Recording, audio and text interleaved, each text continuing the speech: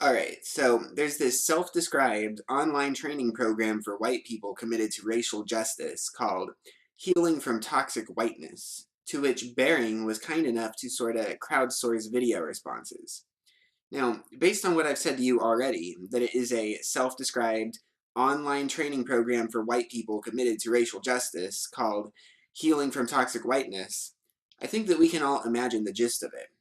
Hopefully, we should all be able to put on our SJW hats and be literal teachers of this course. Not that we'd want to. So, there is really no good reason to go through this writing and address it point by point. This is especially so since there are a few quirks in this writing that are notable. First, there is quite a significant phrase in one of the several sections that begins with a statement and then is followed by bullet points.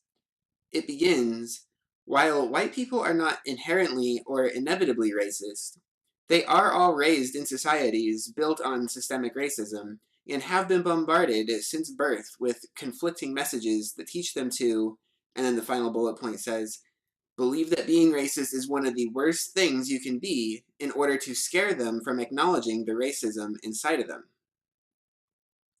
So let's read that back. White people are all raised in societies with conflicting messages that teach them to believe that being racist is one of the worst things you can be in order to scare them from acknowledging the racism inside of them. I don't know what to take from this other than that white supremacist society exaggerates the evils of being a racist in people's minds so as to convince them to never be open to considering the racism in themselves. Now, I am going to milk this apparently shocking assertion for all it's worth. Let's consider a metaphor. There is quite a lot of debate over torturing so-called enemy combatants in the course of interrogation, and specifically over whether waterboarding is torture. People say to me that torture is always wrong.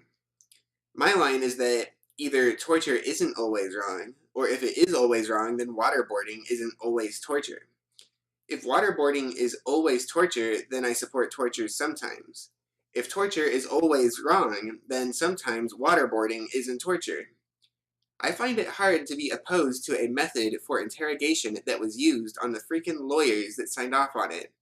The freaking lawyers were waterboarded, for crying out loud. On the other hand, I would consider it torture if waterboarding were used to get information from, say, a 13-year-old girl non-enemy combatant. So, what we have here from this website suggests that we might replace torture with racism and waterboarding with whatever we'd like to consider. If racism isn't as evil as we are led to believe, then presumably there are things that are or are not racist depending on the situation. I think the obvious one to consider is profiling. Certainly, one of the problems in human life is that you meet people that you don't know anything about other than what you see of them.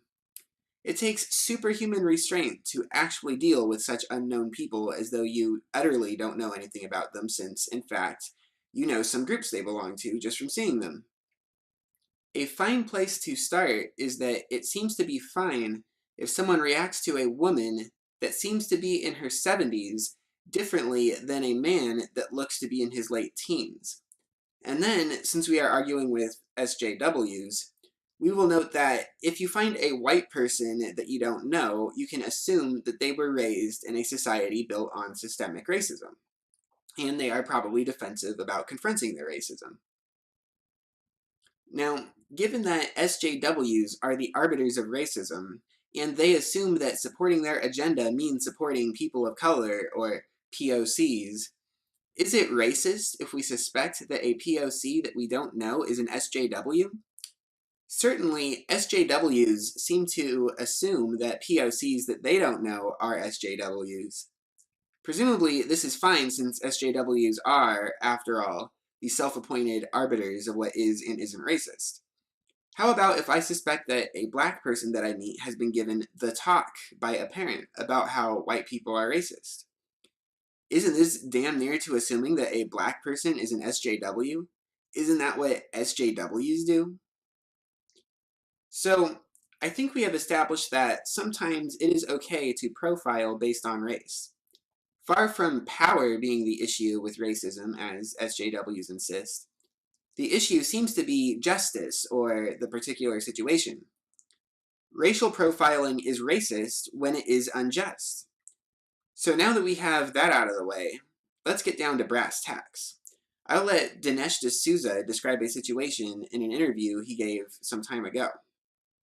Now, you reject the notion that American society is systemically racist, but you do say that we practice, which you've introduced a term, which is interesting, rational discrimination. That is that we do discriminate, but that there is a certain rationalism to the way we discriminate. And I think one of the examples that's used all the time is the cab driver who might be driving past a black youth in urban America will not pick them up because their experience is that a black youth is 5 times more likely to commit violent crime than a white youth.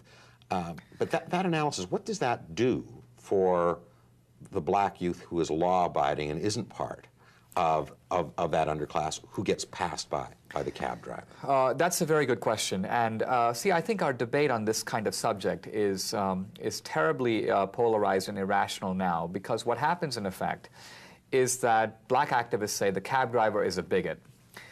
Even if it happens to be a Lebanese cab driver or a West Indian or a Nigerian or a black cab driver, acting no differently than a white cab driver, they say, well, he's just internalized white racism. So the cab driver is presumed to be a bigot, and the cab driver presumes that the black activist is just crazy because he cannot understand that all the cab driver is trying to do is get home to his wife and family. The concept of rational discrimination allows us to say that we have a distinction to be made between rationality and morality. The cab driver is acting rationally. He is trying to protect his property and security.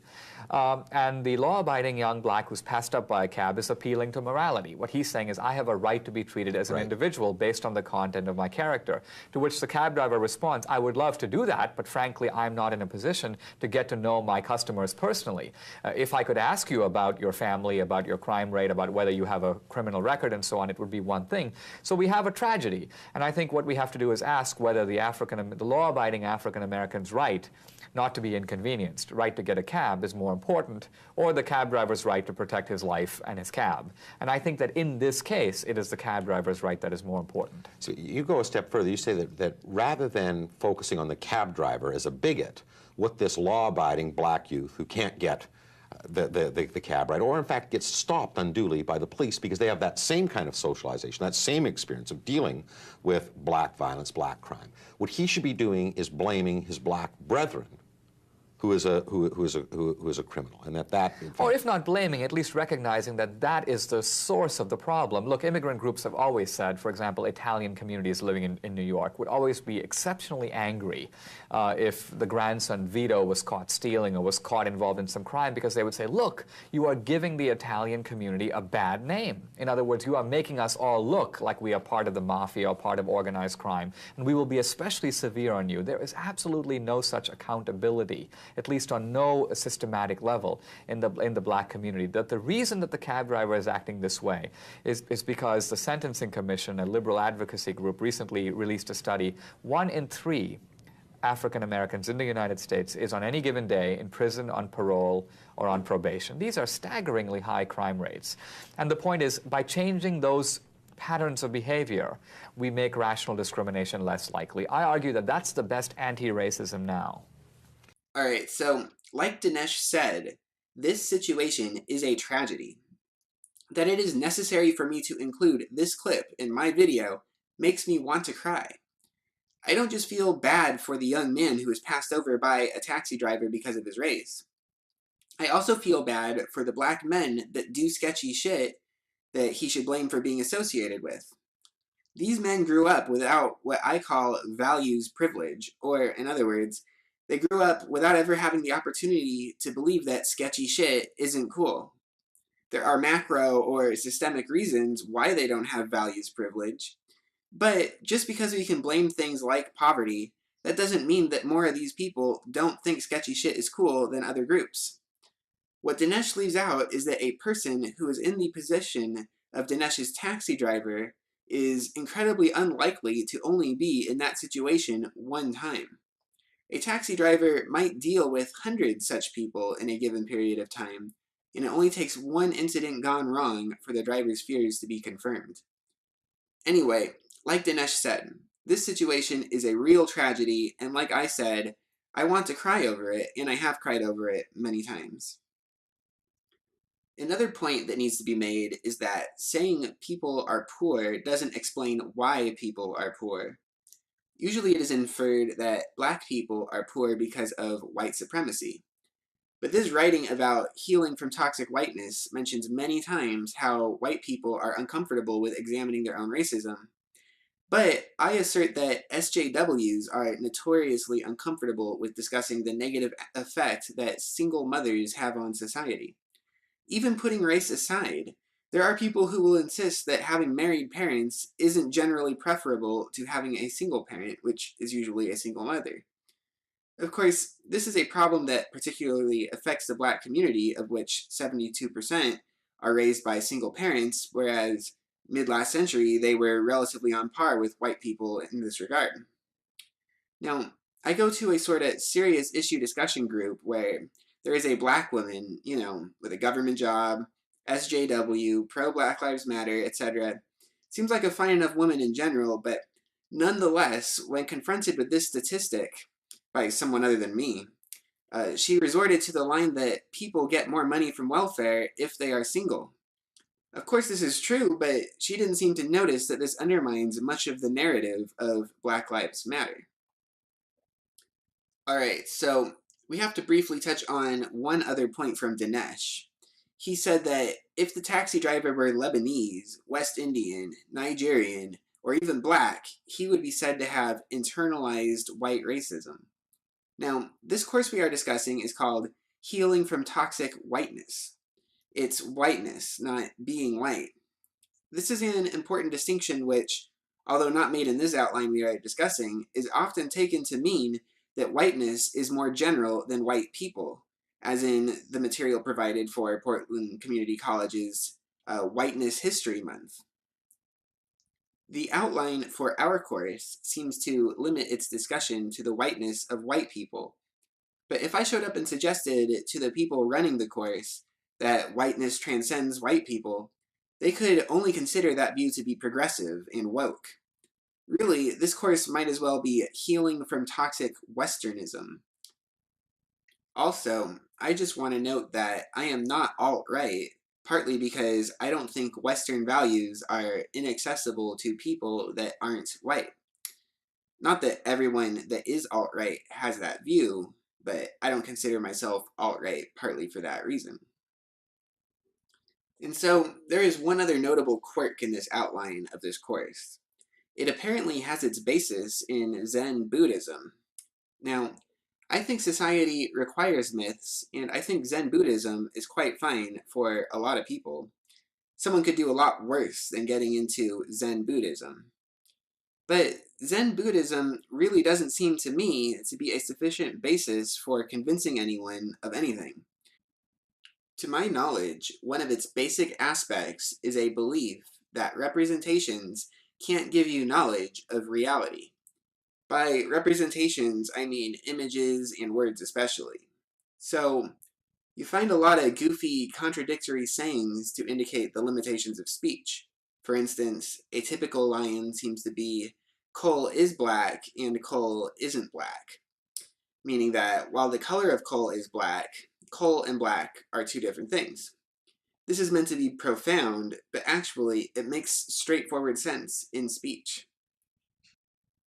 Anyway, from this denial of representations comes a radical reliance on personal experience and ultimately a direct connection to being that avoids all use of representations.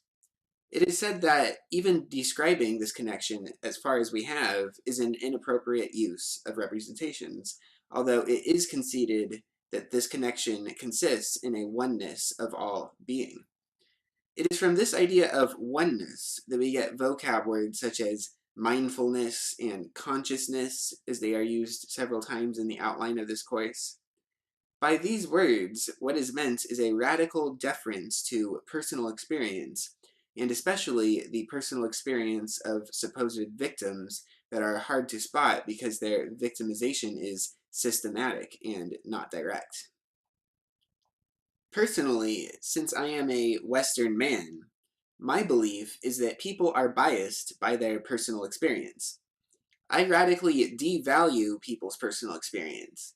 When people criticize something as anecdotal, they are invoking what is a scientific or statistical bias known as voluntary response that says that personal experience is not likely to be representative of the whole. To take the view otherwise is to reject the idea that a person shouldn't be the judge in their own case. And of course, that people shouldn't be judges in their own case should be considered one of the requirements for society. And of course, we can easily believe that Black Lives Matter types want some people to be judges in their own cases. Anyway, I would go so far as to say that everyone in our taxi situation should see it from everyone else's perspective, especially that the fine young black man should see it from the perspective of the taxi driver, which is the corollary Dinesh left somewhat unsaid when he said that the fine young black man should recognize that the black people that do sketchy shit are the source of his problem. So, like I said, someone can do a lot worse than Zen Buddhism. But on the other hand, there does seem to be quite a lot of Zen Buddhism going on among SJWs. I think they find the abstractness of it comforting. And we shouldn't be surprised to see it as the basis of a sort of Black Lives Matter online course, and it is worthwhile to familiarize ourselves with it for these purposes. Anyway, I'm going to complain about a few more things before I wrap this up. First of all, it is suggested that white people like me, or actually woke white people, fight racism without burdening people of color by constantly asking them what they should do. Is this serious? I think we all know that SJWs insist on personal experience über alles, and also that society should be run by everyone other than straight cisgender white men. If they should run society, then shouldn't they tell me what to do? I know, maybe they want us to learn well from the SJW splaining they give us so that one day we can take off our SJW training wheels and go around criticizing straight cisgender white men without their help. Alright, in Module 4 of the outline, it says that many white people don't realize how often they associate white culture and experiences with what's normal and good. Well, certainly we all have a normalcy bias, and certainly what is good isn't normal, especially if you consider the long run of history. But let's dwell on the good for a moment. At a certain level, society requires that people have a shared idea of what is good. When we have a discussion about how to live well, I am telling you about my idea of the good, and you are telling me about yours. Then, in the next module, Module 5, we are treated to leaning in with humble curiosity, embracing the idea that maybe we don't know everything and that there's more to understand. Alright, so who doesn't know everything? How do we know that the Western point of view of what is good shouldn't be considered? Maybe the solution to racial injustice in the West is for POCs to assimilate to Western life. It should be considered. My view is that the most significant white male privilege may be that it is easier for white males to take Western thought seriously. Everyone other than cis straight white males is under an intense pressure to conform to their identity group by prematurely rejecting Western thought. If we are actually going to lean in with humble curiosity, then I am going to take your view seriously, and you are going to take mine seriously, and we are going to attempt to make the best case for both. Anyway, the same module continues that humble curiosity opens us up to explore what's happening within us without judging, shaming, or blaming ourselves or others. So I just want to be clear. Does this include my earlier example from Dinesh D'Souza?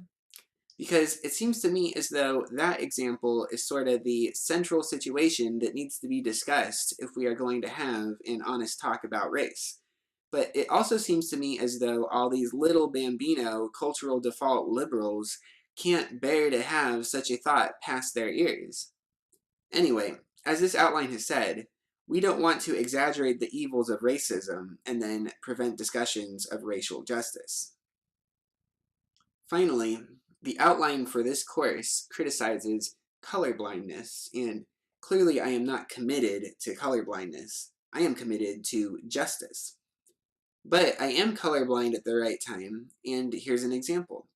I do not hate black people, women, LGBTQ+, etc.